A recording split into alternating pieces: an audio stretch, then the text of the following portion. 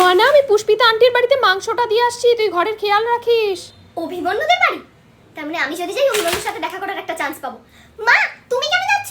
আমি গিয়ে দিয়ে আসছি, তুমি 1 মিনিট দাঁড়াও। নমস্কার আন্টি।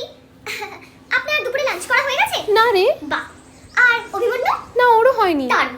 আসলে আমি না চিকেন বানিয়েছিলাম নিজের হাতে প্রথমবার। আসলে ও টেস্ট করলে না আমার খুব ভালো লাগবে, মানে আপনারা টেস্ট করলে আমার খুব ভালো লাগবে। আমি ভেতরে এসে বসি? আরে হ্যাঁ হ্যাঁ, এসো এসো এসো। ও কোথায়? আই মিন অভিমন্যু কোথায়? ও অভিমন্যু জিমে গেছে? তা অভি কোন জিমে যায়? আই মিন অভিমন্যু কোন জিমে যায়? আসলে আমিও ভাবছিলাম যে একটুখানি জিম ফিম করব। এই তো অভি এসে গেছে। আসলে আমি না চিকেন বানিয়ে এনেছি, তুমি অবশ্যই ট্রাই করো আর আমাকে বলো কেমন হয়েছে। ভালো খারাপ যাই হোক আমাকে বলো, তুমি বলে তবে তো আমি ইমপ্রুভ করতে পারবো আরো। ভালোই হয়েছে, আমি নিধিকেও ট্রাই করব। নিধিকে? আমার গার্লফ্রেন্ড। আচ্ছা, তোমার গার্লফ্রেন্ড আছে? হারামজাদা, তুই আগে বলতে পারিস না? 2 মাস ধরে প্ল্যানিং করছিস কিভাবে তোকে পটানো যায়।